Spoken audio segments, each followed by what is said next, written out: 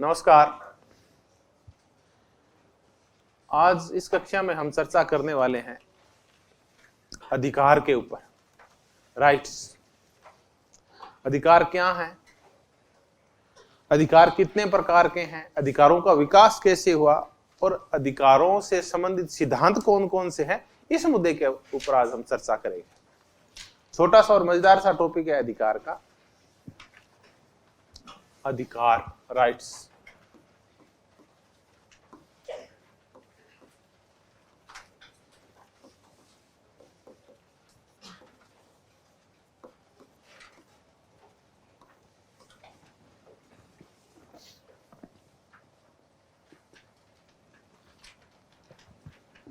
पहले तो हम अधिकार को परिभाषित करने की कोशिश करते हैं कि अधिकार होते क्या हैं। अधिकार में मूलतः तीन चीजें आती है तब अधिकार पूर्ण होता है। अधिकार एक दावा है, अधिकार एक मांग है। ऐसी मांग जो समाज द्वारा स्वीकृत हो और राज्य द्वारा समर्थित हो, या कुछ भी कह लो, इसे कोई फर्क नहीं पड़ता, शाब्दिक हेरफेर है ये तो। राज्य द्वारा समर्थित हो यानी अधिकार हमारे आत्म विकास के आगे बढ़ने की मांग है, हमारे आगे बढ़ने के आत्म विकास के दावे हैं। आपके आत्म विकास के लिए शिक्षा बड़ी जरूरी है। जब तक आपको शिक्षा नहीं मिलेगी आपका विकास है, आपका मानसिक विकास नहीं होगा, आपके विचार और अभिव्यक्ति का विकास है नहीं होगा, आप में जागरूकता का विकास है नहीं होगा। तब आप अपने आत्म विकास के लिए एक दावा करते हैं कि मुझे कौन सा अधिकार चाहिए?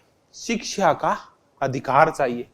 तो आप अपने आत्म विकास के लिए, आत्म विकास मतलब अपनी आत्मा का खुद का विकास, व्यक्तित्व के विकास के लिए, आत्म विकास कहो, व्यक्तित्व का विकास कहो, कुछ भी कहो, आत्म विकास के लिए आप दावा करते हैं या मांग करते हैं।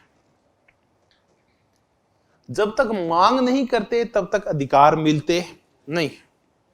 बच्चे को दूध पाने का अधिकार है, लेकिन तब तक नहीं मिलता जब तक कि बच्चा रोता नहीं। तो अधिकार ना रोने पे मिलते हैं, या ढांढा करके तो कौन रोना? ऐसे नहीं आप रोने लग जाओ अभी, है ना?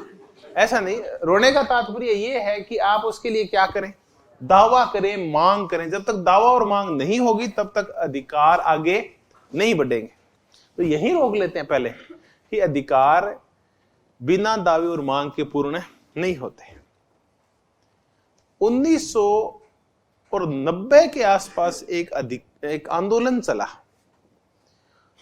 वो था राइट टू इंफॉर्मेशन का, सूचना का अधिकार।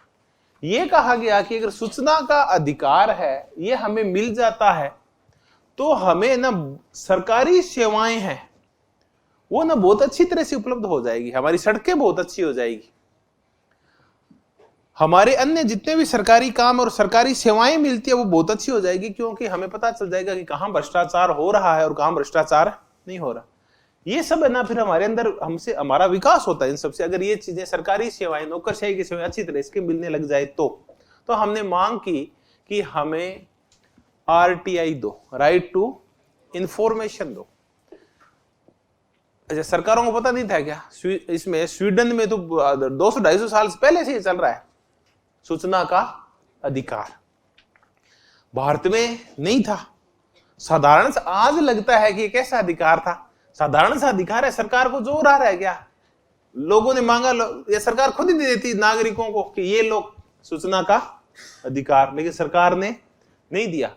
90 में आंदोलन चला, 15 साल तक आंदोलन चला पूरा। लोगों ने मांग की भांति भांति से। शुरुआत की अरुणा राय और निखिल डे ने, लोग जुड़ते गए, एक कारवां बनता गया। कई सालों तक तो सरकार के कानों पे जूं ही नहीं रहेंगी। फिर अशोक गहलोत ने कुछ किया, फिर अटल बिहारी की सरकार के टाइम हुआ, फिर वो जाके 2005 में पूरा हुआ। तो हमने कितने साल तक मांग की, तब मिला वो? 15 साल तक मांग की। तो अधिकार तब तक नहीं मिलते जब तक कि क्या नहीं किया जाता? दावा या मांग नहीं किया जाता। सरकार स्वतः किसी अधिकार को देती नहीं है। आरटी के पास चलते हैं, राइट टू एजुकेशन। एकदम से मिल गया कि सरकार की इच्छा हुई दे देते हैं। लंबे समय से आंदोलन चल रहा था, भांति भांति के एनजीओज लगे हुए थे कि प्रत्येक बच्चे को शिक्षा का अधिकार है। तब जाके, जबकि तो देश की आजादी के समय ये अधिकार मिल जाना चाहिए था, आजादी के कितने साल बाद, ये कम से कम ये मानो कि 40-42 साल बाद ये अधिकार मिला अपने को। महिला घरेलू मुक्ति हिंसा अधिनियम, महिलाओं को घरेलू हिंसा से मुक्ति का अधिकार मिला। देश आजाद हुआ था, उस समय भी महिलाओं के ऊपर उनके परिवारजन है वो प्रताड़ित करते थे। तो सरकार अंधी थी क्या? उसको दिखाई नहीं दे रहा था? 2005 में क्यों दिखाई दिया कि महिलाओं के ऊपर घरेलू हिंसा हो रही है? उससे पहले क्या घरेलू हिंसा नहीं होती थी? उससे पहले भी होती थी, लेकिन उससे पहले सशक्त मांग खड़ी नहीं की, दावा ही नहीं किया गया था। तो जब तक दावा नहीं किया जाता तब तक अधिकार मिलते नहीं है। अधिकारों के लिए पहली चीज ये है कि दावा किया जाए या मांग की जाए। दूसरा है कि अधिकार तभी आगे बढ़ते हैं जब वो समाज द्वारा स्वीकृत हो। अपने यहां गे और जो लेस्बियन के अधिकार हैं, समलैंगिकता के जो अधिकार हैं, वो आगे नहीं बढ़ पा रहे। जबकि नीदरलैंड में ना बहुत पहले से समलैंगिकों को अधिकार मिले हुए हैं, आपस में शादी करने का, बच्चों को गोद लेने का, सारे अधिकार मिले हुए हैं। उनका विवाह भी वैध माना जाता है वहां, उनको सब पूरे अधिकार है जो एक आम आदमी को होते हैं। लेकिन भारत में नहीं है। बताओ क्यों? क्योंकि भारत का समाज समलैंगिक संबंधों को मान्यता नहीं देता, इसलिए नहीं है। तो अधिकारों के लिए एक जरूरी चीज ये होती है कि समाज द्वारा स्वीकृत होने चाहिए। अगर समाज स्वीकृति नहीं देगा तो अधिकार आगे नहीं बढ़ेंगे। तीसरा है कि सरकार, समाज स्वीकृति के साथ साथ राज्य के द्वारा समर्थित होने चाहिए। राज्य इनकी क्या करेगा? रक्षा करेगा। अब आपने मांग भी कर दी, समाज को भी वो मांग स्वीकार है, लेकिन राज्य ने उसका समर्थन नहीं किया तो उसकी क्या नहीं करेगा? रक्षा नहीं करेगा। तो राज्य इसका समर्थन करके उसको रूप, कानूनी रूप दे देता है, और फिर कोई भी इस अधिकार को छीनता है तो राज्य उसकी क्या करता है? रक्षा करता है। तो अधिकार देने से भी नहीं होता, अधिकारों की रक्षा भी अत्यंत आवश्यक होती है। तो ये है। तो हमने देखा कि अधिकार में 3 तत्व हैं। ये आत्म विकास के दावे हैं जो समाज द्वारा स्वीकृत हो और राज्य द्वारा समर्थित हो। ऐसी ही परिभाषा बोसांके करता है, और ऐसी ही एक बड़ी मजेदार सी परिभाषा है। आमतौर के ऊपर लोस्की की परिभाषा ना, ये परिभाषा पूछेंगे तो ये पूछ सकते हैं, या फिर नोजिक की परिभाषा पूछ सकते हैं। ये 2 परिभाषाएं बहुत ही महत्वपूर्ण है। अगर आपको परिभाषा रटने का थोड़ा सा शौक हो तो ये 2 परिभाषाएं जरूर रट लेना। ज्यादा नहीं, मुद्दे को देखते ही समझ जाएंगे। लोस्की कहता है कि अधिकार सामाजिक जीवन की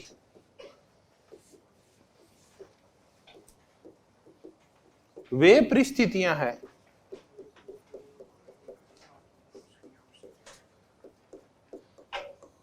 जो व्यक्ति के पूर्ण आत्म विकास के लिए आवश्यक है, उसके व्यक्तित्व के विकास के लिए आवश्यक है, जो उसके आत्म विकास के लिए आवश्यक है।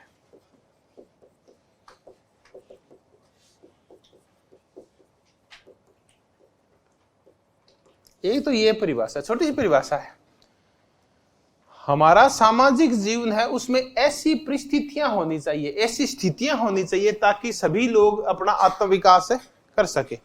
तो अधिकार सामाजिक जीवन की वो परिस्थितियां होती है जो हमारे लिए बड़ी जरूरी होती है। अब देखिए कौन सी स्थिति, कौन सा समाज, अपने भारतीय समाज की चर्चा करते हैं, और हमारा जो भारतीय समाज का सामाजिक जीवन है उसकी स्थितियां देखते हैं। और स्थितियां देखते हैं तो अपन चर्चा करते हैं एक अधिकार की, जिसको हम कौन सा अधिकार बोलते हैं? गरिमा का अधिकार बोलते हैं। क्या अपने समाज में विशेष करके जहां सामंतवाद का प्रभाव है आज भी, क्या वहां दलितों को आज ये सामाजिक जीवन की परिस्थितियां उपलब्ध है? क्या आज भी वहां उपलब्ध है? नहीं है। उनके साथ दोयम दर्जे का व्यवहार, उनका हास्याकरण कर दिया गया। आज भी उनके साथ छुआछूत का व्यवहार होता है। तो इनका मतलब सामाजिक जीवन में अच्छी परिस्थितियां नहीं है। इसलिए उन गांवों के आप दलित देखेंगे कि वो क्या नहीं कर पा रहे हैं? आत्म विकास नहीं कर पा रहे हैं, अपनी आत्मा का विकास, अपने व्यक्तित्व का विकास नहीं कर पा रहे हैं। उनमें स्वाभिमान नहीं है, जबकि व्यक्तित्व के अंदर क्या आता है? स्वाभिमान भी आता है।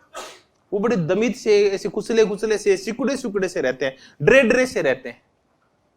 उनमें ना भयमुक्ता है ही नहीं। तो भयमुक्ता ही निर्माण करती है हमारे व्यक्तित्व का। हम अच्छा व्यक्तित्व क्या होता है? जिसको किसी का भय नहीं होता। उनके मन में तो आत्मा तक में भय बिठा दिया गया है।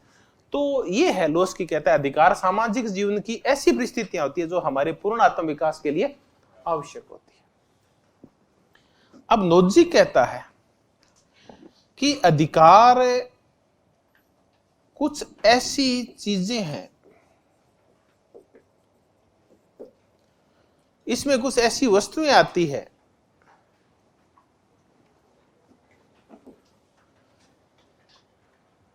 वो तब छीनी जाती है या तब तक नहीं छीनी जाती जब तक कि दूसरा उसमें क्या नहीं करता, हस्तक्षेप नहीं करता।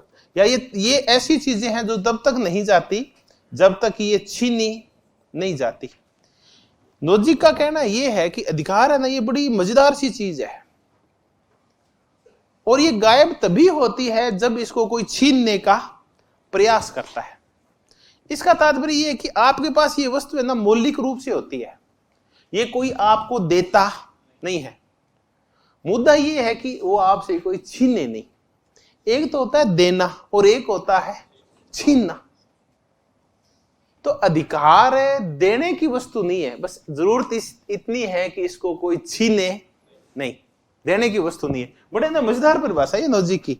अधिकार देने से नहीं आते, बस इतना ही निवेदन है कि इनको आप छीनो मत। प्रत्येक व्यक्ति को आत्म स्वामित्व का अधिकार है,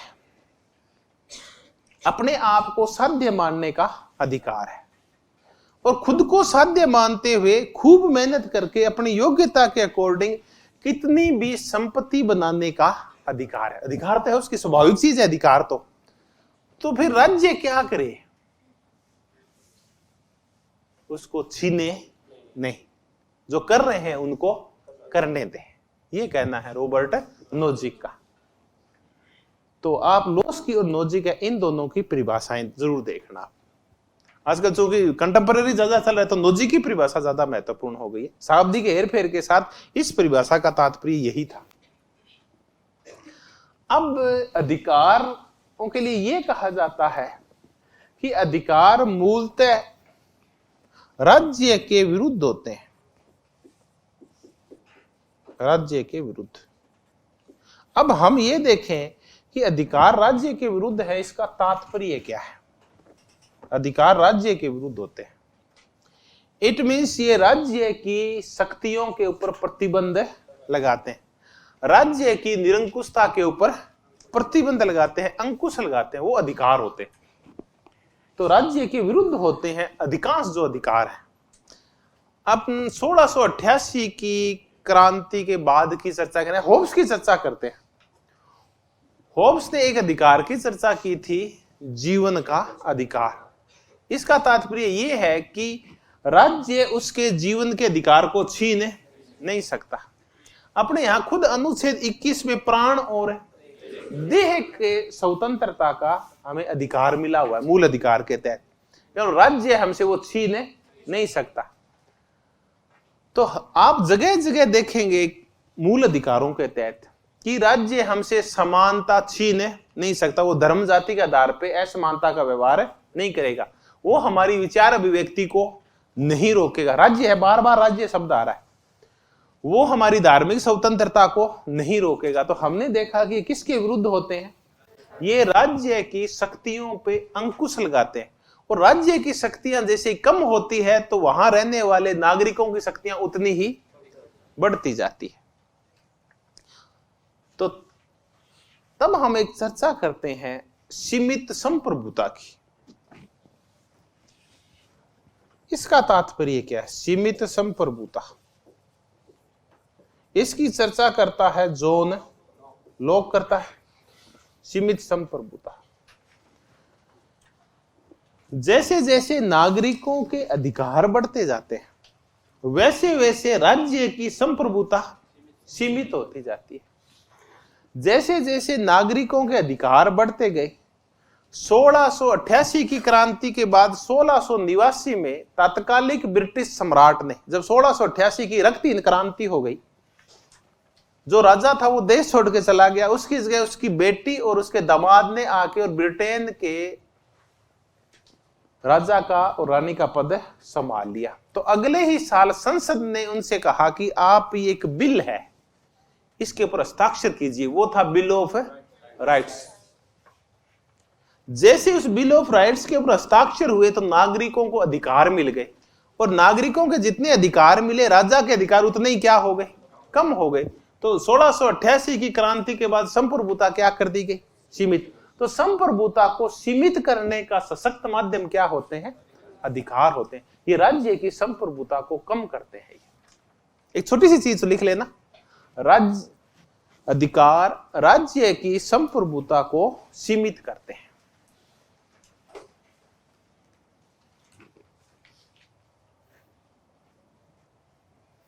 अधिकार राज्य की संप्रभुता को सीमित करते हैं। कहीं भी एक लाइन लिख लो।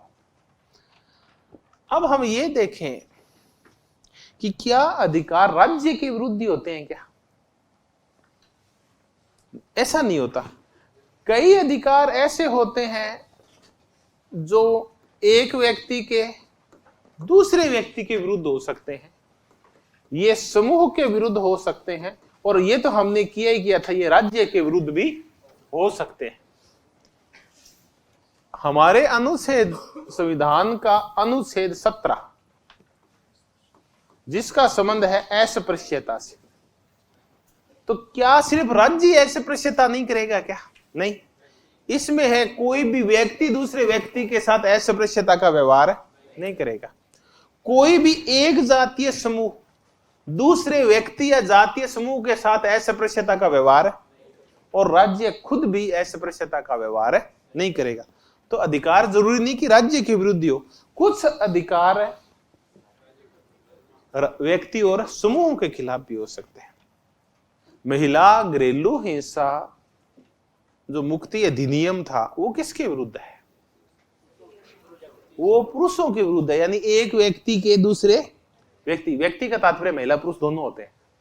व्यक्ति सिर्फ पुरुष नहीं होता, पुरुष और महिला अलग होते हैं। व्यक्ति के खिलाफ है वो। देखिए, वो महिलाओं को मिले हुए हैं किसके सुरक्षा के लिए?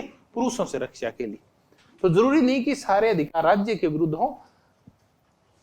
अब ये ना ऐसे क्वेश्चन कब आते हैं, ऐसी लाइनें अगर समझ नहीं होती तो कथन कारण में आती है ऐसी चीजें, बाकी इनकी वैल्यू नहीं होती।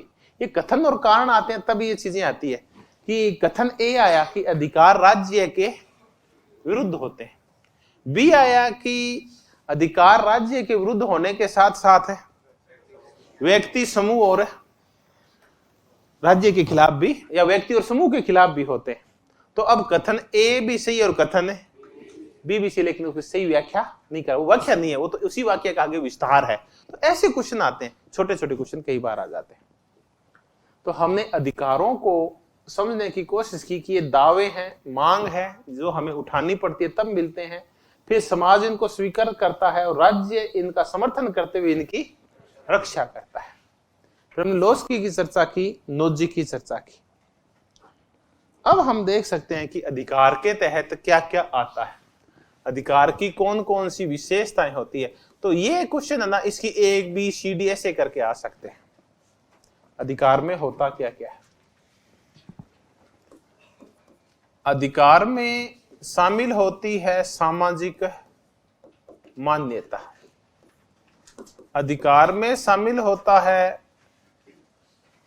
राज्य द्वारा रक्षा, ये दो तो हमने देख ही ली। अधिकार में शामिल होती है नागरिकों की मांग या दावा, अधिकार के साथ अभिन्न रूप से जुड़े होते हैं कर्तव्य। अधिकार स्वार्थ में दावा नहीं होता, स्वार्थ में दावा या स्वार्थ में मांग नहीं होती, बल्कि इसका संबंध सार्वजनिक कल्याण से होता है या सबके कल्याण से होता है। ये कोई एक व्यक्ति के नहीं होते, बल्कि पूरे सार्वजनिक कल्याण के लिए होते हैं। ये कोई एक व्यक्ति का स्वार्थ में दावा नहीं होता कि ये तो मेरे स्वार्थ पूर्ति करेंगे, बल्कि ये सार्वजनिक कल्याण के लिए होते हैं। अधिकारों की सबसे बड़ी विशेषता यह है कि अधिकार असीमित या असीमित नहीं, अच्छा सा शब्द लिखते हैं, दोनों ही ठीक है। असीमित और अगणित नहीं होने चाहिए। असीमित और अगणित। असीमित का तात्पर्य है अगर अधिकार असीमित होंगे तो किसी के भी अधिकार सुरक्षित नहीं होंगे। तो अधिकारों के ऊपर कुछ छोटे मोटे क्या होने चाहिए, प्रतिबंध भी होने चाहिए। दूसरा यह है कि अगणित नहीं होने चाहिए। अगणित का तात्पर्य है कि ये बिना गिने हुए बल्कि गिन के देने चाहिए। हमें जितने भी मूल अधिकार हैं वो गिन के दिए हुए हैं। वो 14 से लेके कहां तक गिने हुए, वो 12 से लेके 36 तक गिने हुए। तो ये ना गिन के दिए जाते हैं, ये अगणित नहीं होते। अब अधिकारों के साथ एक चीज और होती है कि ये वर्धनशील होने चाहिए। ये तो अत्यंत आवश्यक चीज है। जैसे जैसे युग बदलता है, परिस्थितियां बदलती है, समाज बदलता है, रिवाज बदलते हैं, वैसे वैसे अधिकार भी बदलते रहने चाहिए। अभी थोड़ी देर में चर्चा करेंगे अधिकार कैसे बढ़े थे। क्या जो पुराने अधिकार हैं आज भी वो प्रासंगिक हैं क्या, या और नए अधिकार भी पैदा हो गए, उनकी चर्चा करेंगे। तो अधिकारों का जो कंसेप्ट है वो वर्धनशील होता है, नए नए अधिकार आते रहने चाहिए। शुरुआत में स्त्रियों ने अधिकार मांगे कि हमें पुरुषों के इक्वल अधिकार दिए जाए। फिर थर्ड जेंडर ने अधिकार मांग ली, आगे और वर्धन हो गया। फिर समलैंगिकों ने अधिकार मांग लिए। फिर महिलाओं में भी अश्वेत महिलाओं ने कुछ और अधिकार मांग लिए। फिर थर्ड वर्ल्ड की महिलाओं ने अलग ही प्रकार के अधिकार मांग लिए। तो अधिकार रुकते नहीं है बल्कि अधिकार वर्धनशील होते हैं। पहले अपने यहां अगर हम देखें कि कैसे विकास हुआ, तो शुरुआत में नागरिक अधिकार मांगे गए। लोगों ने यह कहा कि अगर नागरिक अधिकार मिल जाए ना, जीवन क्या हो जाएगा, सुखमय हो जाएगा। तो 1688 की क्रांति के बाद नागरिक अधिकार आ गए ब्रिटेन के अंदर, उनकी चर्चा होने लगी। वो लोगों को बिल ऑफ राइट्स में वो अधिकार दे दिए गए जो 1689 में वहां के राजा ने हस्ताक्षर जिसपे किया था। ब्रिटेन में आगे नागरिक अधिकार हम चर्चा करेंगे कौन से होते हैं। विचार अभिव्यक्ति का, जीवन रक्षा का, अंतःकरण की स्वतंत्रता का, संपत्ति का, अनुबंध का, विधि के समक्ष क्षमता का, ये सारे अधिकार आ गए। फिर लोगों का इनसे भी पेट नहीं भरा कि नहीं अब ये तो ठीक है, ये तो मिल ही गए, अब और अधिकार चाहिए। तब राजनीतिक अधिकार आए कि हमें सरकार चयन का अधिकार भी होना चाहिए, वोट का अधिकार भी होना चाहिए। वोट मिल गया तो अब हमें रोटी का अधिकार भी होना चाहिए। तो आर्थिक और सामाजिक अधिकार आए। तो अधिकार रुकते नहीं है बल्कि अधिकार क्या होते हैं, वर्धनशील होते हैं। तो हमने देखा कि अधिकारों के लिए सामाजिक मान्यता, राज्य रक्षा, नागरिकों के द्वारा की गई मांग या दावा शामिल होते हैं। इसमें कर्तव्य, ये स्वार्थ में दावा नहीं है बल्कि सार्वजनिक कल्याण से संबंधित होते हैं। असीमित नहीं होते बल्कि सीमित किया जाता है इनको। अपने जो मूल अधिकार है ये असीमित है, सीमित है। सीमित है इनमें बहुत सारे ना किंतु परंतु लगा के इनकी सीमा निर्धारित की गई है कि विचार अभिव्यक्ति आपको बोल है, लेकिन तब रोक दी जाएगी अगर आपने राष्ट्र की एकता और अखंडता की खिलाफत करने की कोशिश की। अगर आपने लॉ एंड ऑर्डर बिगाड़ने की कोशिश की तो रोक दी जाएगी। वो अगणित, ये ना गिन के दिए जाते हैं, असंख्य नहीं होते बल्कि इनकी संख्या क्या होती है, निश्चित होती है। और ये क्या होते हैं, वर्धनशील होते हैं। ये हमने अधिकारों की विशेषताएं की। तो ये पूछ लिया जाता है कि ये स्वार्थ में दावा होता है, कौन सा सही है और कौन सी विशेषता इनमें से गलत है, ऐसा एक क्वेश्चन आ जाता है। अभी हम जो एक चर्चा करके हटे हैं कि अधिकार वर्धनशील होते हैं, तो पहले वही चर्चा कर लेते हैं, फिर बाकी की चर्चाएं समझ में आ जाएगी। अधिकार वर्धनशील होते हैं तो इसका मतलब अधिकारों का क्या होता है, विकास होता है। तो अब हम करेंगे अधिकारों का विकास। ये अधिकारों का विकास कैसे हुआ।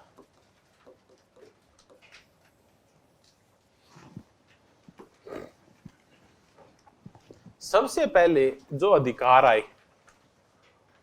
उन अधिकारों को कहा गया नैतिक अधिकार।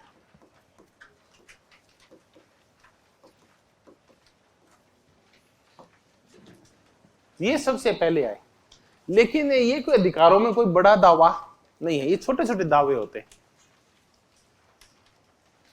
बच्चों को ये अधिकार है कि माँ बाप उनका सही से पालन पोषण करे। ये नैतिकता है उनकी। अगर वो नहीं करते हैं तो हम कहते हैं कि ऐसे माँ बाप अनैतिक होते हैं। फिर जब माँ बाप वृद्ध हो जाएं तब बेटे बेटी का कर्तव्य बनता है कि वो उनकी क्या करें, सेवा करें। अगर नहीं करते हैं तो हम कहते हैं ये बेटे बेटी कैसे अनैतिक काम कर रहे हैं। तो ये जो फिर हम कहते हैं कि हमें ना वृद्धों के प्रति सम्मान का भाव रखना चाहिए। ये फिर नैतिक अधिकार है सारे, तो इनको लेके कोई ज्यादा हम चर्चा नहीं करते। अधिकारों की जो वास्तविक शुरुआत हुई वो हुई नागरिक अधिकारों से। तो सबसे पहले ये अधिकार आए, नागरिक अधिकार। ये जो क्रांति हुई थी प्यूरिटन क्रांति 1642 से लेके 1649 तक ब्रिटेन में हुई थी प्यूरिटन क्रांति, शुद्धतावादी क्रांति। इस क्रांति में भी नागरिक अधिकारों की मांग की गई। फिर नागरिक अधिकारों की पूर्ति हो गई तब मांगे गए राजनीतिक अधिकार मांगे गए। फिर जब राजनीतिक अधिकार मिल गए तो फिर सामाजिक व आर्थिक अधिकार मांगे गए।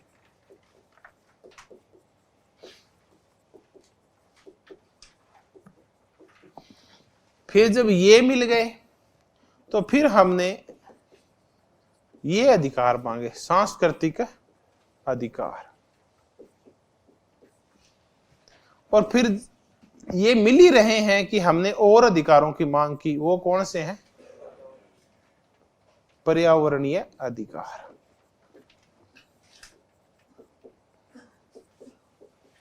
ऐसे करके अधिकारों का विकास हुआ है। अब हम एक एक करके इनकी चर्चा कर लेते हैं कि ये अधिकार हैं कौन से।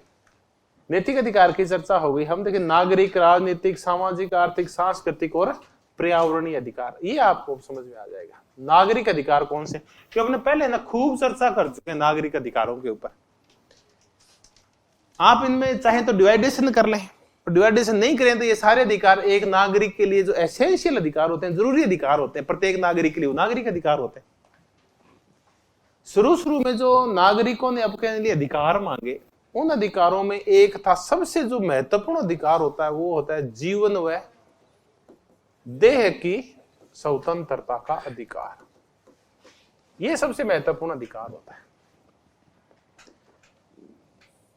फिर जब लोग जैसे लोग आ गए तो उन्होंने संपत्ति का अधिकार मांग लिया। फिर संपत्ति के अधिकार और इन्हीं मुद्दों से जुड़ा हुआ है अनुबंध का अधिकार। ये आप किसी के साथ भी कार्य करने के लिए अनुबंध कर सकते हैं।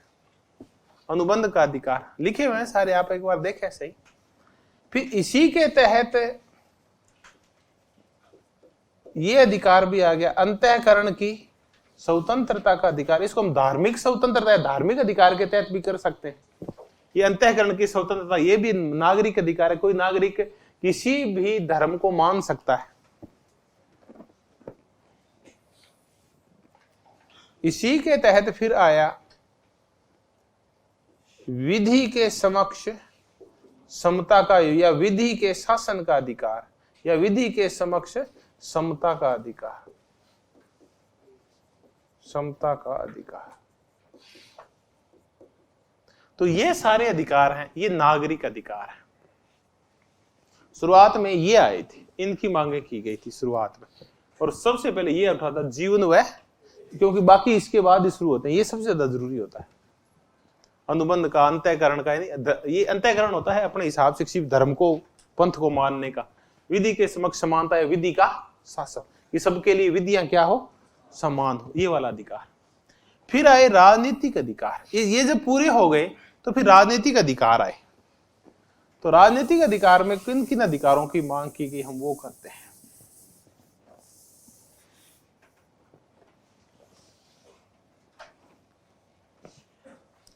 ये अधिकार अब आपके, चूंकि इतने आप सारे टॉपिक्स कर चुके हैं तो आपकी टिप्स के ऊपर है।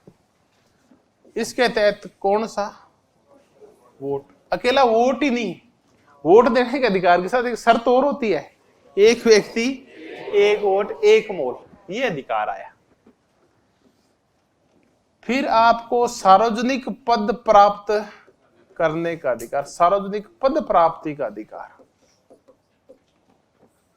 सरकार की आलोचना करने का अधिकार, सरकार में, वेरी गुड, परिवर्तन करने का अधिकार, कुछ भी जोड़ते जाओ चाहे आप, सरकार में परिवर्तन करने का अधिकार, सार्वजनिक कार्यों में भागीदारी का अधिकार,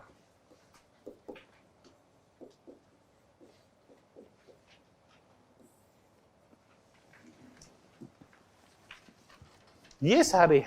अच्छा, अब आ गया संघ बनाने का अधिकार या राजनीति दल बनाने और राजनीतिक दल की सदस्यता प्राप्त ग्रहण करने का अधिकार। तो राजनीतिक दल बनाने और राजनीतिक दल की सदस्यता ग्रहण करने का अधिकार, तो ये सारे अधिकार हैं, इनको हम कौन से अधिकार कहते हैं? राजनीतिक अधिकार। ये कभी गड़बड़ नहीं होते, आपको ये स्पष्ट पहचान में आ जाते हैं अलग से। अब आ गए सामाजिक और आर्थिक अधिकार, ये अलग प्रकार के अधिकार होते हैं। ये जो दोनों प्रकार के अधिकार हैं, ये नकारात्मक अधिकार होते हैं। इसमें राज्य को कुछ करना नहीं होता, बल्कि राज्य को कुछ नहीं करना होता है।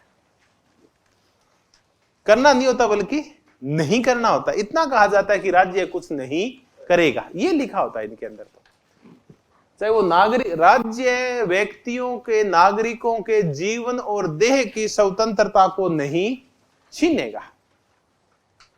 नहीं का तात्पर्य है कि राज्य की कैसी गतिविधियां, ये नकारात्मक है, नहीं से शुरू होते हैं। मूल अधिकार ने अधिकांश के अंदर लिखा हुआ है कि राज्य ऐसा नहीं करेगा। तो राज्य अपने काम रोकता है, अपनी ताकत को, अपनी संप्रभुता को, अपनी निरंकुशता को रोकता है। इसमें उसके आगे बंधा लगाया जाता है, उसके आगे बंधन पैदा किया जाता है, उसको कहा जाता है तू ऐसा मत कर। तब इनको क्या कहते हैं? ये कौन से अधिकार होते हैं? राज्य किसी को भी जाति, धर्म, नरजाति के आधार, रंग के आधार पे वोट डालने से या उसमें भेदभाव नहीं करेगा। ये जो सामाजिक व आर्थिक अधिकार होते हैं, इसमें राज्य को कुछ न कुछ करना होता है कि राज्य ये करेगा। ये नहीं कि राज्य ये नहीं करेगा, इसमें लिखा होता है कि राज्य ये करेगा। राज्य नागरिकों को शिक्षा प्रदान करेगा, राज्य नागरिकों को स्वास्थ्य प्रदान करेगा, राज्य नागरिकों को रोजगार के अवसर प्रदान करेगा।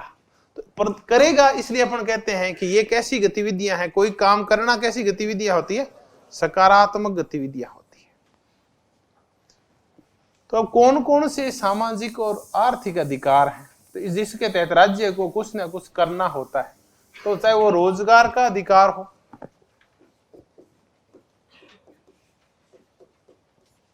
चाहे वो शिक्षा का अधिकार हो, चाहे वो स्वास्थ्य का अधिकार हो। तो इसके तहत स्वास्थ्य के अधिकार के तहत फ्री में दवाइयां उपलब्ध करवानी पड़ेगी राज्य को। शिक्षा के तहत शिक्षा उपलब्ध करवानी पड़ेगी आरटी के तहत। रोजगार के तहत मनरेगा के तहत 100 दिन का रोजगार राज्य देगा, रोकेगा नहीं। ये नहीं है कि मैं रोजगार करने से रोकूंगा, नहीं, बल्कि राज्य को ये काम करना पड़ेगा। तो ये सारे अधिकार सामाजिक आर्थिक अधिकार है। और सामाजिक आर्थिक अधिकारों की जो मांग शुरू हुई थी, ये मांग शुरू हुई थी कार्ल मार्क्स से। हालांकि उससे थोड़ी बहुत पहले चर्चा कर दी थी जेएस मिल ने और टीएच ग्रीन ने, लेकिन इसको व्यापक स्तर के ऊपर जिस व्यक्ति ने उठाया वो था कार्ल मार्क्स। उसके बाद फिर कुछ ऐसे आधुनिक उदारतावादियों ने इसका समर्थन किया, उदार समतावादियों ने इसका समर्थन किया। ये जो समाजवादी हैं, मार्क्सवादी हैं, उदार समतावादी है, आधुनिक उदारवादी है, ये इस अधिकार का भी समर्थन करते हैं। सांस्कृतिक अधिकार, प्रत्येक ऐसे समूह को जो चाहे बहुसंख्यक है चाहे अल्पसंख्यक है, अपनी भाषा, अपनी लिपि, अपने नृत्य, अपनी परंपराएं, अपनी वेशभूषा, अपनी कार्य विधियों को संरक्षण का अधिकार होता है। इस अधिकार को हम सांस्कृतिक अधिकार बोलते हैं। अनुच्छेद 29 और 30 में अपने को ये अधिकार मिले हुए हैं। संस्कृति का अधिकार, इसको सांस्कृतिक अधिकार बोलते हैं, अपने अनुच्छेद 29 और 30 में। वर्तमान में जो एक बड़ा विवाद चल रहा है वो इन अधिकारों को लेके, सांस्कृतिक अधिकारों को लेके। ये अरब कंट्रीज में जितनी भी ये समस्या चल रही है, चाहे वो इराक की समस्या हो, चाहे वो लीबिया की समस्या हो, चाहे वो सीरिया की समस्या हो, ये सारी की सारी समस्याएं इस सांस्कृतिक अधिकार को लेके है। और अपने पड़ोस में अफगानिस्तान में भी जो समस्या है वो सांस्कृतिक अधिकार की समस्या है। अरब कंट्रीज के जो लोग कहते हैं वो ये कहते हैं कि हमारी परंपराएं, हमारे रिवाज वो ना अलग प्रकार के हैं, उनका भी इतना ही सम्मान और उतनी रक्षा होनी चाहिए जितने की वेस्टर्न के जो सांस्कृतिक परंपराएं उनकी। अब वेस्टर्न ने क्या किया है, अपनी सांस्कृतिक परंपराओं को, रिवाजों को थोप दिया है पूरे विश्व के ऊपर। जब से 1990 के बाद से एलपीजी की लहर आई है, उदारीकरण, वैश्वीकरण और भूमंडलीकरण की लहर आई है। 90 के बाद पहले की एक कक्षा होती ना, अपन में से कईयों के चप्पल पहनी होती, जूतियां पहनी होती। अब एक संस्कृति का एक पक्ष कर रहे हैं, संस्कृति के तहत हमारी वेशभूषा भी आती है और कुर्ता पजामा पहना होता, और या फिर वो सीधे कपड़े वाली टेलर से सिली हुई जींस पहनी होती। 90 के बाद हमारे ऊपर जो पाश्चात्य संस्कृति का प्रभाव आया तो उसने हमारी जो संस्कृति के तहत वेशभूषा थी उसको गायब कर दिया। अब हम अधिकांश लोग हैं, आप में से बैठे होंगे 90% लड़के और लड़कियों ने जींस पहन रखी है, ऊपर टी शर्ट डाल रखी है। तो हमारे ऊपर सांस्कृतिक आक्रमण हुआ किसका? पाश्चात्य का। हमने उनकी वेशभूषा अपना ली, उनकी भाषा अपना ली, उनके मूल्य अपना लिए, खाओ पियो और ऐश करो। उनका व्यक्तिवाद अपना लिया हमने कि माँ बाप जरूरी नहीं है, बल्कि हम आपस में आनंद लेने के लिए हैं, तो माँ बाप को सबसे पहले घर से इनको निकालो। ये कौन से मूल्य हैं? ये तो पाश्चात्य मूल्य है, ये तो पाश्चात्य संस्कृति है जो हमारे ऊपर हावी हो गई है। ऐसी ही संस्कृति जब अरब में हावी हुई तो मुस्लिम संस्कृति के लोग बोले कि हमारी संस्कृति ना अलग प्रकार की है। उनसे कहा गया कि तुम्हारी औरतें ना बुर्का पहनती है, तुम्हारी औरतें पढ़ी लिखी नहीं है, तुम्हारी औरतों के वोट नहीं डालती है, तुम्हारी औरतें बाहर नहीं निकलती। वो हमारी संस्कृति है, तुम्हें दिक्कत क्या है? कि देखियो हमारी संस्कृति ज्यादा अच्छी है कि वो चाहे तो बिना कपड़े के भी घूम सकती है, चाहे तो वोट भी दे सकती है, चाहे वो मर्जी है वो कर सकती है। तो वो तुम्हारी कल्चर तो हमारे ऊपर क्यों थोपते हो इस चीज को? जब ये कल्चर थोपी गई ना तब फिर क्लैश ऑफ है, सिविलाइजेशन हुआ, जिसकी चर्चा कौन करता है? सैमुअल पी हंटिंगटन करता है। तो सांस्कृतिक अधिकार ना वर्तमान में बड़ा गंभीर मुद्दा है। धीरे धीरे ये विवाद अभी तो खड़ा होगा। सैमुअल पी हंटिंगटन बोलते हैं कि ये ना पूरा संसार है ना, ये 3 उसमें बदल 4 में बदल जाएगा। ईसाई संस्कृति होगी, एक मंडारिन या चीनी संस्कृति, कन्फ्यूशियस संस्कृति बोलता है वो होगी, एक अरब संस्कृति यानी मुस्लिम संस्कृति होगी, एक हिंदू संस्कृति होगी। तो वो कहता है कि हिंदू संस्कृति का कोई बड़ा वजूद नहीं होगा। तब कितनी संस्कृतियां झगड़ेगी? 3। शुरुआत में 2 संस्कृतियां झगड़ेगी, दो मजबूत संस्कृतियां हैं, एक है ईसाई और दूसरी है मुस्लिम। हम देख रहे हैं कि वो झगड़ रही है, बुरी तरह झगड़ रही है। जितने भी आप आतंकवादी घटनाएं देखते हैं यूरोप में, वो सारी के सारे वास्तव में है कौन से मुद्दे हैं? सांस्कृतिक अधिकार के मुद्दे हैं। पाश्चात्य संस्कृतियां मुस्लिम संस्कृति के ऊपर हावी हो रही है, ईसाई संस्कृति वो उससे बचना चाह रहे हैं और खुद के सांस्कृतिक मूल्यों की रक्षा करना चाह रहे हैं। वो उनको येन केन प्रकार दबा के और अपनी संस्कृति उनके ऊपर थोपना चाह रहे हैं। पाश्चात्य लोग कहते हैं कि हमारी जो संस्कृति है ना वो व्यक्तिवाद को बढ़ावा देती है, राजनीतिक लोकतंत्र को बढ़ावा देती है। मुस्लिम संस्कृति कहती है कि हमारी कुरान में ऐसा कोई वर्णन नहीं है, हमारे यहाँ व्यक्तिवाद की बजाय समूहवाद हावी है, हम तो सारे मिलके रहते हैं और हमारे यहाँ लोकतंत्र का कोई कंसेप्ट नहीं है। तो तुम्हारे कंसेप्ट अलग हैं, हमारे कंसेप्ट अलग हैं। तुम हम अपना लोकतंत्र, अपना व्यक्तिवाद, अपनी विचार व्यक्ति की स्वतंत्रताएं, अपना खुलापन हमारे ऊपर मत थोपो। वो थोपते हैं फिर दोनों के मध्य झगड़ा होता है। झगड़ा फिर हमने देखा अरब कंट्रीज में अधिकांश देशों में आग लगी हुई है। उस आग का मूल कारण क्या है? अब ये अरब में, ईसाइयों में और मुसलमानों में तो झगड़ा शुरू हो गया। धीरे धीरे एक और संस्कृति आगे होने की कोशिश करें, वो कौन सी? कन्फ्यूशियस संस्कृति।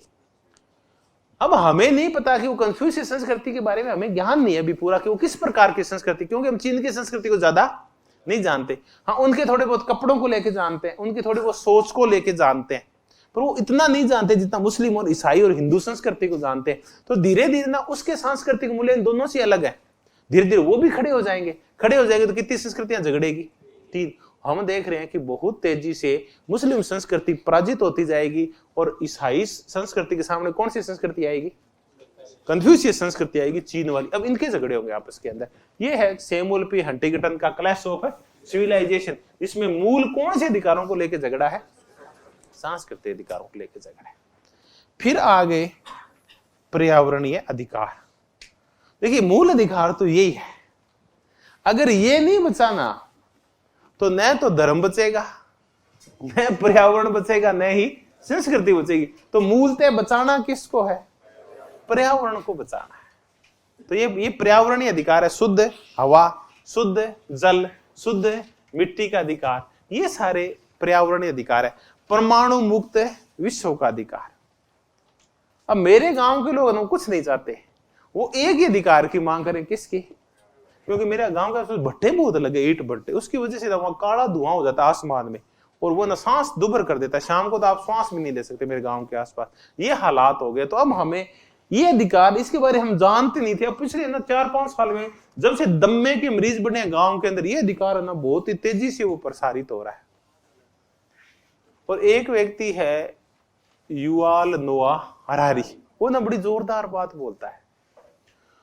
वो कहता है कि ये जो अधिकार है ना, ये आदमी जब मरने लगता है ना, आदमी बहुत गंदा होता है। जब मरने लगता है ना तो हर चीज को सुधार लेता है। तो उसको न इससे खतरा पैदा हुआ कि परमाणु बम है ना, इससे मैं मर सकता हूं। तो अब बताओ, परमाणु बमों की आजकल चर्चा होती है क्या? 1950, 60 और 70 के दशक में लोग सो नहीं पाते थे। कई लोग तो मनोवैज्ञानिक रूप से बीमार हो गए थे कि हम ज्यादा समय तक जिएंगे नहीं, विशेष करके अमेरिका के लोग। तो उनको ये लगता था कि कभी भी यूएसएसआर हमारे ऊपर क्या डाल सकता है? परमाणु।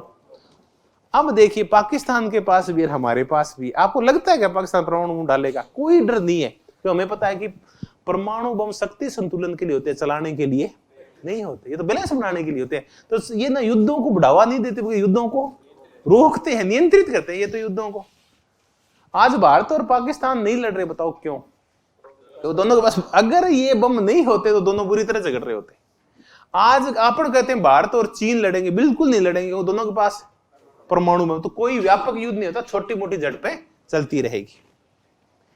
तो युवाल नोआ हरारी कहता है कि व्यक्ति मरने लगता है। तो हमने देखा ना, अब जो शांति का जो परमाणु वाला जो अधिकार था, परमाणु बमों के खिलाफ जीवन रक्षा का अधिकार था, वो हम मांगते नहीं आजकल। हमें पता है कि वो मुद्दा ही नहीं बचा। अब हम किस पे जोर दे रहे हैं कि एक दिन आदमी मरेगा ना तो पर्यावरण को भी बचा लेगा। अब हम बचाने लगे हुए ना, धीरे धीरे हम लिथियम बैटरियों को हेवी करते जा रहे हैं।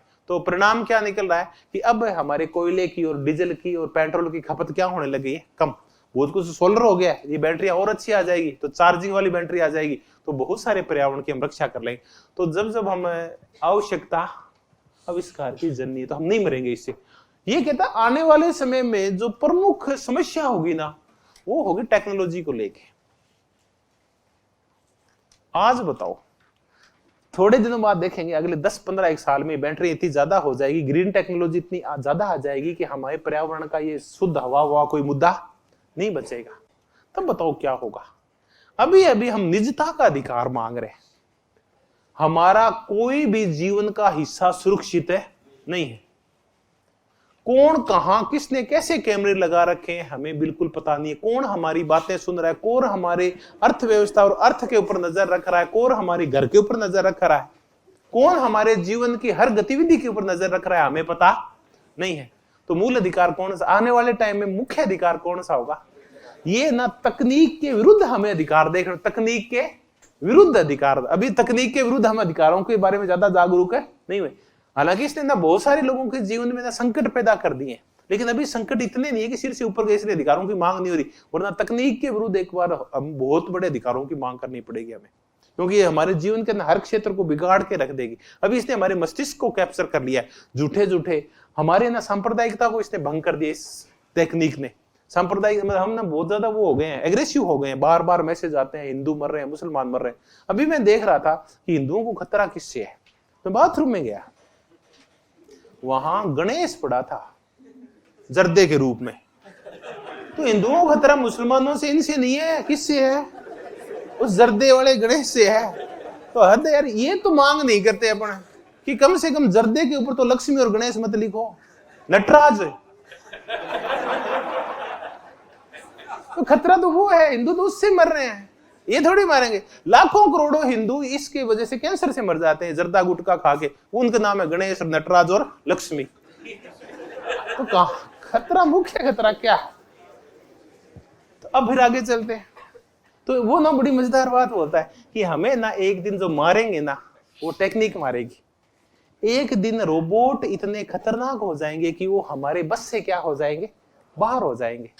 तो वो कहता है ना, एक दिन अमेरिका की एक कंपनी ने 2 रोबोट्स की आपस में चर्चा कराई, उनके अंदर फीड भी नहीं था। तो एक रोबोट दूसरे रोबोट से बोला कि यार इन मानवों की जरूरत है क्या वास्तव में? एक रोबोट दूसरे रोबोट से बिना मतलब का ही बोला कि इन मानवों की जरूरत है क्या? तो टेक्सा कौन सी कंपनी थी, उस कंपनी के हाथ पांव फूल गए। उसने कहा कि ये तो इनमें फीड ही नहीं था। कृत्रिम बुद्धि इतनी हावी हो गई है कि वो कई बार हो सकता है ऐसा निर्णय कर ले कि वो परमाणु बम खुद ही चला दे हमारे ऊपर हर चीज का। आप ये बताओ, आप मजाक लग रही है क्या? आपके सारे काम, आपकी सारी गतिविधियां है ना, आप थोड़ी सी देर है ना, जूते देखो, आप 1-2 जूते देखो, आप विश्वास नहीं करेंगे, आपके 50 भांति के विज्ञापन आपको दिखाई देने लग जाएंगे आपके मोबाइल के ऊपर। ये किसने किया है? कृत्रिम बुद्धि। आपको इसको आर्टिफिशियल इंटेलिजेंस, जैसे एआई बढ़ती जाएगी, इतने भारी वो हो जाएंगे अपने रोबोट कि हमारे जीवन को भी वो क्या कर लेंगे, नियंत्रित कर लेंगे। आपको ये हमारे जीवन को कैसे नियंत्रित करते हैं? आप जितना ही सामान खरीदते हैं वो इस बुद्धू बक्से में देख देख के खरीदते हैं। ये आपके ना दिमाग को कैप्चर कर लेता है, फिर मजबूर करता है कि फलाना चश्मा ले लो, फलाना जूता ले लो, इसके ऊपर वो आ गई है, अभी बम्पर सेल आ रही है अमेजोन के ऊपर, बिना मतलब के आप सामान मंगा लेते हैं हम। तो वो कब्जा ही था हमारे ऊपर। तो युवाल नोआ हरारी कहता है कि आने वाले समय में ये अधिकार बहुत महत्वपूर्ण होगा। तो कुछ ना साथ मजेदार चर्चाएं हुई इन मुद्दों को लेके, विशेष करके कौन से अधिकारों को लेके, पर्यावरणीय और उस आगे के अधिकारों की मैंने मांग की है। तो अधिकारों का क्या हो रहा है, धीरे धीरे विकास हो रहा है। अब देखिए कुछ ऐसी गतिविधियां जिनके तहत अधिकारों का विकास हुआ, या कुछ ऐसे इवेंट्स देखते हैं कि जो अधिकारों के विकास से संबंधित है। विकास से संबंधित ये जैसे विकास शब्द आता है ना, कई लोगों की रूह कांपने लगती है, क्योंकि सरकार बनी थी इस दावे के नाम के ऊपर। और जब से ये सरकार बनी है, गरीबी जो लगभग 12-13% पे आ गई थी, 30% को पार कर रही है। आंकड़े नहीं उपलब्ध हो रहे। विकास कितने साल का हो गया बताओ?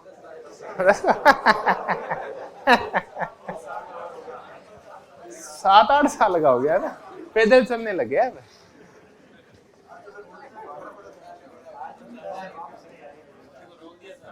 अंबुरावी की संहिता, यहां से शुरू, अंबुरावी की संहिता से।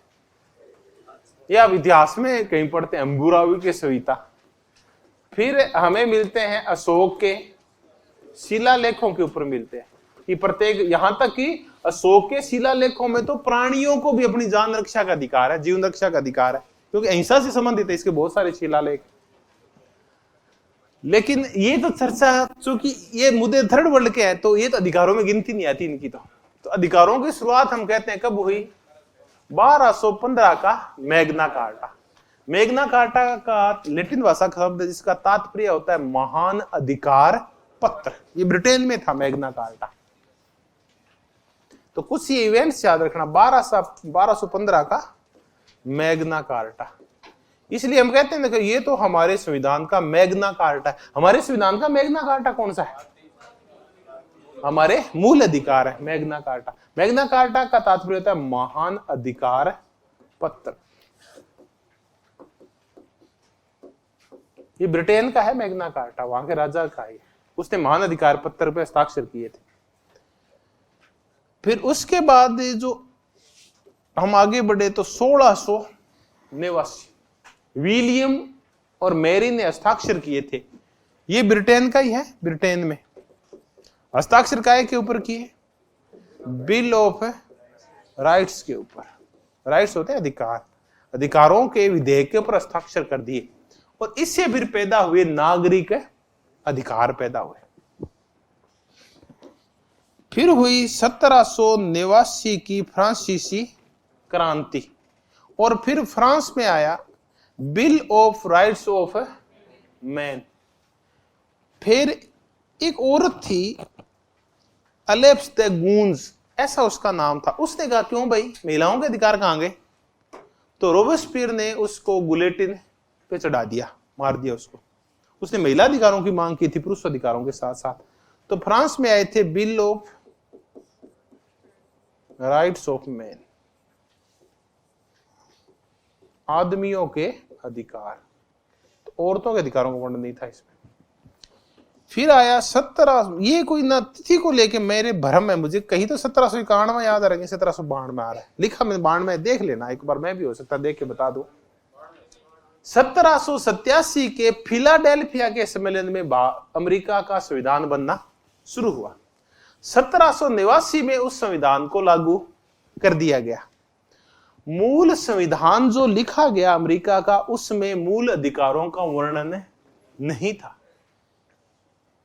तब फिर राज्यों ने शोर मचाया कि हम ऐसे किसी भी संघ में शामिल नहीं होंगे, हम बिल्कुल भी यूनाइटेड स्टेट्स नहीं रहेंगे अगर हमारे नागरिकों के अधिकारों की रक्षा नहीं की गई। तो तब फिर 10 संविधान संशोधन किए गए अमेरिका के संविधान में, और ये मुझे जहां तक याद है ये 10वां संविधान का संबंध है 1791 से, मैंने 92 लिख दिया पता नहीं क्यों, और देख लेंगे।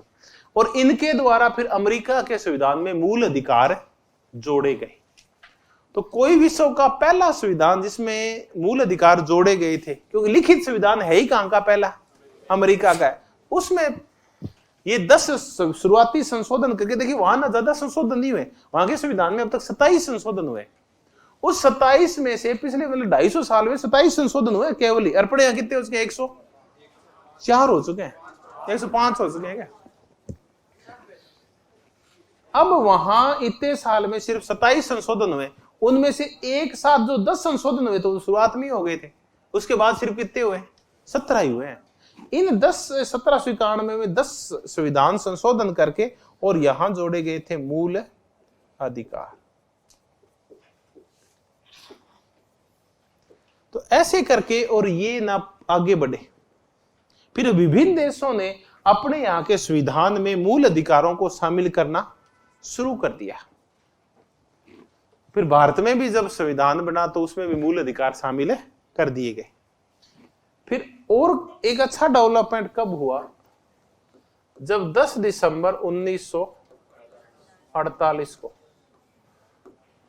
Universal declaration of human rights की गई, मानवाधिकारों की सार्वभौमिक घोषणा की गई। आर्थिक और सामाजिक परिषद ने की, मानवाधिकारों की, यूएनओ ने की, ये कह लो, मानवाधिकारों की सार्वभौमिक घोषणा।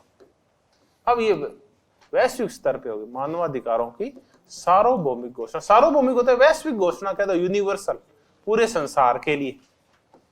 Universal declaration of human rights 10 दिसंबर 1948 ये की गई, मानवाधिकारों की सार्वभौमिक घोषणा। उसके बाद खैर 2-3 बार और इसने यूएनओ ने प्रयास किए।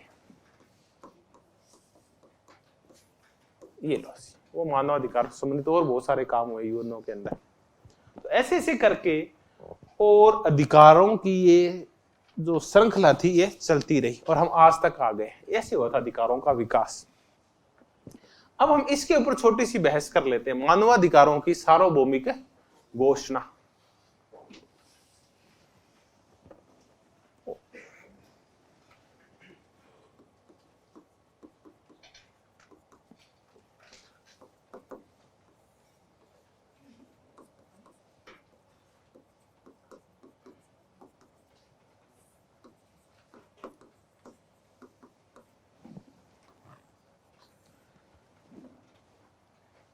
ये कोई रूजवेल्ट कमेटी थी, लेडीज थी एक, उसके नेतृत्व में आर्थिक और सामाजिक परिषद ने एक कमेटी बनाई थी कि अब चूंकि यूएनओ बन गया है तो इसके लिए मानवाधिकारों के लिए हम क्या कर सकते हैं, इसके लिए वो रूजवेल्ट कमेटी बनी थी। उस रूजवेल्ट कमेटी के सिफारिश के ऊपर फिर यूएनओ ने मानवाधिकारों की सार्वभौमिक घोषणा कर दी। कई बार तिथि पूछते हैं, हालांकि नहीं पूछते आमतौर के ऊपर, फर्स्ट ग्रेड में नहीं पूछते। फिर याद रखें कि अधिकार का मामला है तो मानव अधिकार एक ही मानव के अधिकार। तो 10 दिसंबर 1948 एक फेमस तिथि है, 10 दिसंबर 1948। अब ये जब अधिकार पढ़ते हैं ना अपन, तो हमें ये जो अधिकांश अधिकार हैं वो उदार लोकतांत्रिक व्यवस्थाओं में जो अधिकार पाए जाते हैं ना, उन अधिकारों की झलक मिलती है इसके अंदर। ये जो मानव अधिकारों की सार्वभौमिक घोषणा है, क्योंकि अधिकार बनाने वाली जो औरत है वो अमेरिका की है, स्वाभाविक है इनका झुकाव है ना वो उदार लोकतांत्रिक देशों में जो अधिकार मिलते हैं। बताओ कौन से अधिकार मिलते हैं उदार लोकतांत्रिक देशों में? नागरिक और राजनीतिक अधिकारों की तरफ इनका झुकाव ज्यादा है। तो इसमें कौन से अधिकार कम है? सामाजिक और आर्थिक अधिकार, रोजगार का, शिक्षा का, स्वास्थ्य का, इन अधिकारों की इनमें चर्चा नहीं है। तब इन मानवाधिकारों की सार्वभौमिक घोषणा के खिलाफ एक नया कंसेप्ट आया, उसको हम बोलते हैं एशियाई मूल्य, एशियन वैल्यूज। और एशियन वैल्यूज का मुद्दा विभिन्न विचारकों ने उठाया जो एशिया के थे, विशेष करके दो नेताओं का नाम बहुत बड़ा आता है। एक थे महाथिर मोहम्मद और दूसरे थे ली कुआन यू। इनकी तो आगे भी चर्चा आएगी। इस ली कुआन यू का नाम याद रखना, ये सिंगापुर का प्रधानमंत्री रह चुका है और आधुनिक सिंगापुर का निर्माता यही है, ली कुआन यू। और ये महाथिर मोहम्मद था मलेशिया का, ली कुआन यू ये सिंगापुर का था, सिंगापुर का प्रधानमंत्री रह चुका है। इन दोनों ने इस मुद्दे को आगे बढ़ाया, एशियाई मूल्य। इन्होंने ये कहा कि ये जो मानवाधिकारों की सार्वभौमिक घोषणा की गई है उनमें जो अधिकारों की प्रकृति है वो व्यक्तिवादी है,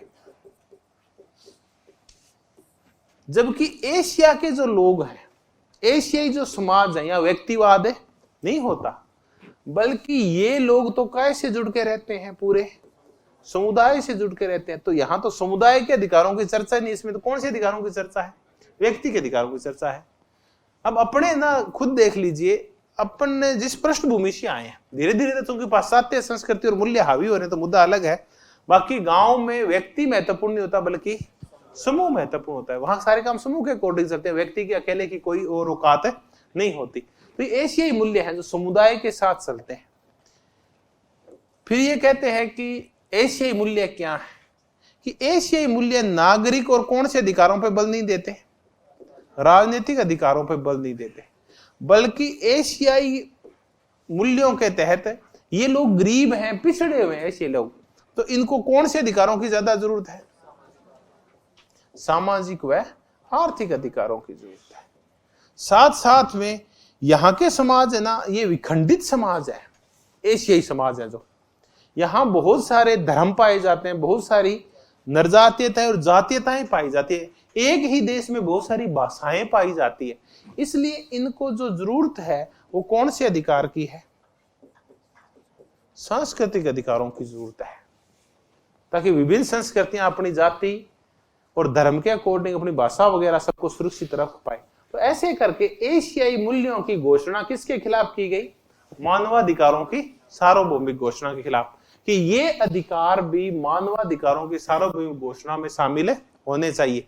व्यक्ति के विरुद्ध के बजाय किसके अधिकार? समुदाय के। साथ साथ में सामाजिक और आर्थिक अधिकार, उसके साथ साथ है सांस्कृतिक अधिकार। ये थी एशियाई मूल्य। उसके बाद आगे बहुसंस्कृतिवादी, वो भी मानवाधिकारों की सार्वभौमिक घोषणा का विरोध करते हैं। तो न केवल एशियाई मूल्य जिनकी चर्चा महाथिर मोहम्मद और ली कुआन यू वगैरह विचारक करते हैं, बल्कि जो बहुसंस्कृतिवाद है, एक क्वेश्चन तैयार हो गया कि कौन विरोध करता है मानवाधिकारों की सार्वभौमिक घोषणा? तो वर्तमान में जो बहुसंस्कृतिवादी है वो भी इसका विरोध करते हैं।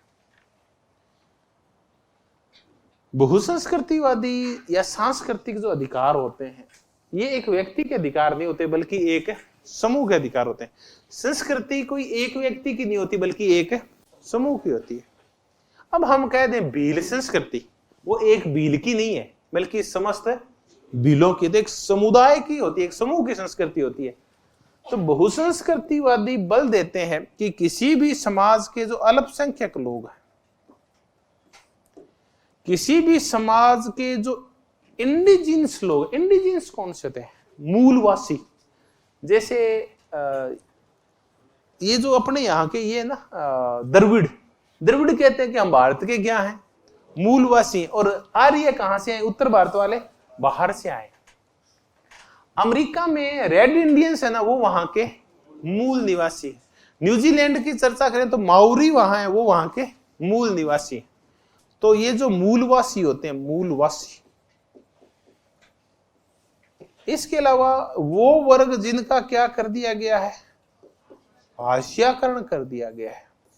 अपने समाज में जो समलैंगिक है उनका हाशियाकरण कर दिया गया है, दलितों का हाशियाकरण कर दिया गया है, विभिन्न आदिवासियों के समूह है उनका हाशियाकरण कर दिया गया है। विशेष करके आप अंडमान निकोबार की कुछ जनजातियां हैं वो बिल्कुल हाशिया करते हैं, उनके कोई ध्यान ही नहीं देता, बड़ी पिछड़ी हुई मानी जाती है। तो वो समूह जिनका हाशियाकरण कर दिया गया है, जो मूलवासी हैं, जो अल्पसंख्यक हैं, इन सब की संस्कृति की रक्षा करना, इसमें बल कौन देता है? बहुसंस्कृतिवाद देता है। बहुसंस्कृतिवाद बड़ी एक मजेदार सी टर्म है। ये कहता है कि समाज ना कई प्रकार के होते हैं। एक अमेरिका जैसे समाज होते हैं जो मेल्टिंग पोट की तरह होते हैं। अमेरिका का समाज मेल्टिंग पोट है। एक लिख लेते हैं, एक शब्द लिख लो चाहे, मेल्टिंग पोट।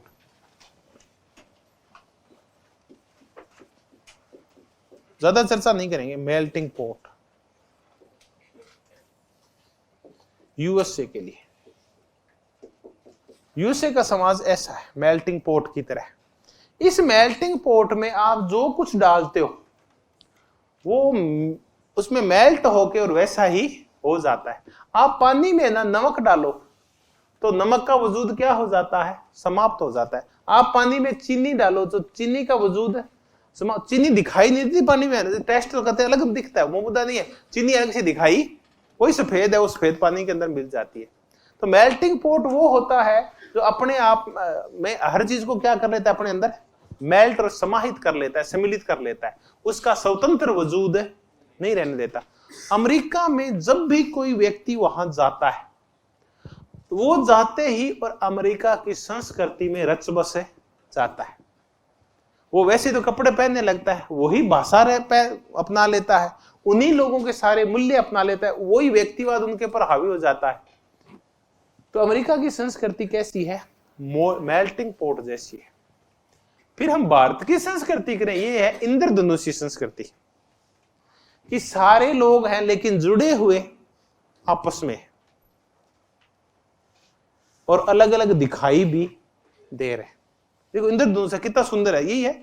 ऐसे समाज को हम कहते हैं हमारा समाज बहुत ही अच्छा कैसा समाज है? बहु सांस्कृतिक समाज है।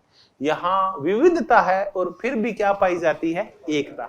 इंद्रधनुष में विविध रंग है लेकिन आपस में जुड़ के रहते तो बड़े सुंदर दिखाई देते हैं। ऐसी संस्कृति को हम सैलेड बाउल भी बोलते हैं, यानी सलाद का कटोरा। सलाद के कटोरे में होते सलाद ही है लेकिन सबका वजूद क्या होता है? अलग अलग होता है। तो वो ऐसे को इंद्रधनुषी संस्कृति भी बोलते हैं। ये भारत में इन देशों में पाई जाती है, अमेरिका में मेल्टिंग पोट पाई जाती है। तो बहुसंस्कृतिवादी वो लोग हैं जो इनके अधिकारों के ऊपर बल देते हैं। अब ये जो बहुसांस्कृतिक अधिकार होते हैं, सांस्कृतिक अधिकार होते हैं, ये बहुसंस्कृतिवादी आखिर क्यों विरोध करते हैं मानवाधिकारों के सार्वभौमिक घोषणा का? ये कहते हैं कि जो सांस्कृतिक अधिकार होते हैं वो किसी व्यक्ति के अधिकार नहीं होते बल्कि पूरे समूह के अधिकार होते हैं। अब रेड इंडियंस की जो संस्कृति का अधिकार है वो अपनी भाषा को सुरक्षित रख पाए, अपनी परंपराओं को सुरक्षित रख पाए, तो अकेला रेड इंडियंस का काम नहीं है। जैसे मैंने कहा ना, भीलों की संस्कृति को सुरक्षित रखना है तो एक भील की संस्कृति नहीं होती बल्कि पूरे समूह की संस्कृति, समुदाय की संस्कृति होती है। तो ये कहते हैं कि ये जो सार्वभौमिक घोषणा है ये तो व्यक्ति के अधिकारों के ऊपर बल दे रही है, जबकि बहुसंस्कृतिवादी किसके अधिकारों पर बल देते हैं? समूह के अधिकारों को बल देते हैं। इसलिए इन व्यक्तिगत अधिकारों के ऊपर आधारित मानवाधिकारों की सार्वभौमिक घोषणा का वो विरोध करते हैं। अब फिर हम चलते हैं, ये जो नागरिक और राजनीतिक अधिकार आए थे इनके पीछे कंसेप्ट क्या था? दरअसल उदारवाद की वजह से आए थे। और उदारवाद की मेन थीम ये होती है कि व्यक्ति विवेकशील होता है, व्यक्ति तर्कशील होता है, व्यक्ति तार्किक होता है। इसलिए इसको क्या छोड़ दो? स्वतंत्र छोड़ दो। उसकी जीवन और देह को आप स्वतंत्र कर दो, उसके विचार और अभिव्यक्ति को आप स्वतंत्र कर दो, उसको अंतःकरण को स्वतंत्र कर दो, आप उस पर कोई प्रतिबंध मत लगाओ। तो ये ना हर एक व्यक्ति के ऊपर होते हैं, इनके ऊपर कोई प्रतिबंध नहीं लगाया जा सकता। विचार और अभिव्यक्ति कोई समूह का मुद्दा नहीं है, बल्कि कैसा मुद्दा है? इंडिविजुअल मुद्दा है। ये तो आप करो तो करो, वरना मत करो, आप कैसे ही बोलो। अंतःकरण की स्वतंत्रता कोई एक समूह नहीं मांगता, बल्कि ये किसकी हो सकती है? एक व्यक्ति की भी हो सकती है। वो कहेगा मैं तो, जैसे मैं हूं, मैं एक समूह के रूप की बजाय एक व्यक्ति के रूप में धार्मिक अधिकार चाहता हूं। हो सकता है हिंदू धर्म में मैं रहता रहता हिंदू धर्म मुझे प्रताड़ित करने लग जाए, अगर मैं मुस्लिम धर्म में तो मुस्लिम धर्म मुझे अच्छा नहीं लगे, तो मैं अपने हिसाब से अपनी अंतःकरण की स्वतंत्रता को सुरक्षित रख पाऊंगा। चाहे तो धर्म बदल लूं, चाहे धर्म को छोड़ दूं, चाहे किसी धर्म का विरोध करूं या किसी धर्म को मानूं ही नहीं, यह मेरा मुद्दा होता है। तो ये व्यक्तिगत मुद्दे होते हैं, विचार अभिव्यक्ति का, संपत्ति की स्वतंत्रता का, ये सारे मुद्दे व्यक्तिगत है। जबकि सांस्कृतिक अधिकार होते हैं, वो कैसे होते हैं? भाषा, संस्कृति, लिपि, परंपराएं, रीति रिवाज, त्योहार, नृत्य, वेशभूषा, आभूषण, खान पान, ये एक व्यक्ति के नहीं होते बल्कि पूरे, और ये मिलके एक संस्कृति का निर्माण करते हैं। तो बहुसंस्कृतिवादी जो भी विचारक है वो व्यक्तिगत अधिकारों के बजाय इसलिए किन अधिकारों का विरोध करते हैं? क्योंकि ये किसके ऊपर है? उदारवाद से प्रभावित है ये वाले अधिकार। तो कौन कौन है बहुसंस्कृतिवादी? अब ये आपको सबको पता है, बताओ। विल किमलिका को आज अच्छी तरह से जानते हैं, और भिखू पारिक को जानते हैं, चार्ल्स टेलर को जानते हैं, और मेरियम यंग को जानते हैं। चलिए आगे कोई और चर्चा होगी वो भी कर लेंगे। अब एक देश था जिसने अपने यहां बहुसांस्कृतिक अधिकार दे दिए। पहला देश जिसने अपने यहां बहुसांस्कृतिक अधिकार दिए वो कौन सा था? कनाडा। और कनाडा के बाद ये सांस्कृतिक अधिकार किसने दिए?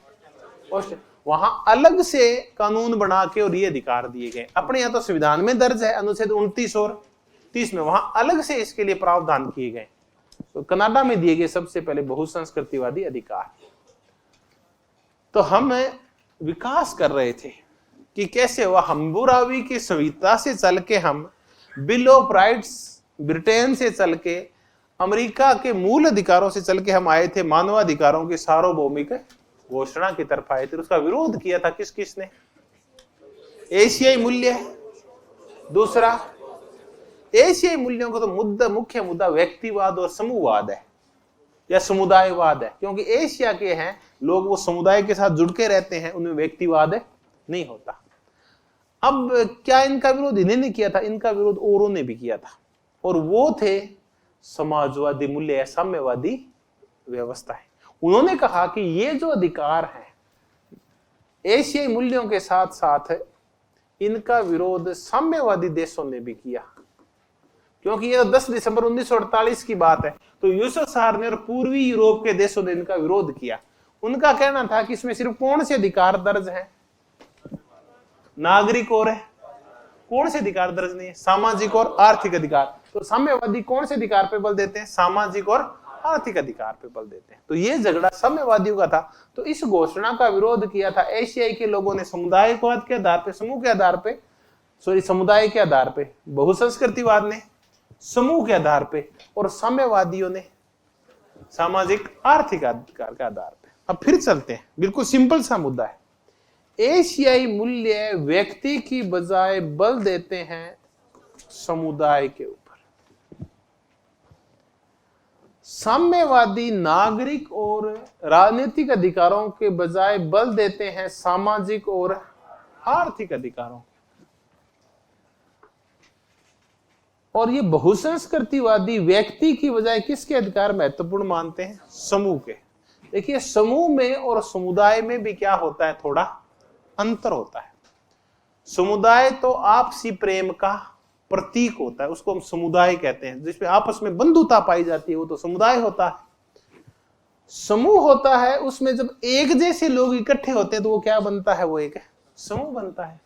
तो समूह में, समुदाय में यहां बंधुता थोड़ी ज्यादा हावी रहती है और इसमें आपसी सिमिलरिटी ज्यादा हावी रहती है समूह यानी ग्रुप के अंदर। तो ये हमने देखा कि इन 3 मुद्दों को लेके और किसका विरोध किया गया, मानवाधिकारों की सार्वभौमिक घोषणा का विरोध किया गया। तो धन्यवाद, बहुत बहुत धन्यवाद। इस कक्षा में हमने चर्चा की अधिकार क्या है, अधिकारों का विकास किस रूप में हुआ है। तो हमने विकास में देखा कि पहले नागरिक, फिर राजनीतिक, फिर सामाजिक आर्थिक, फिर सांस्कृतिक और पर्यावरणीय अधिकार आए। फिर हमने अधिकारों का और प्रकार से विकास देखा, मानव अधिकारों की चर्चा की। जैसे हम अगले पीरियड में मिलेंगे अगली कक्षा में, तब हम कारेल वसाक की चर्चा करेंगे, 3 दुनिया के 3 अधिकारों की चर्चा करेंगे और मैं चर्चा करूंगा अधिकारों के जो विभिन्न सिद्धांत हैं उनके ऊपर आजकल खूब सारे क्वेश्चन आते हैं, उनकी चर्चा करेंगे। धन्यवाद, बहुत बहुत धन्यवाद।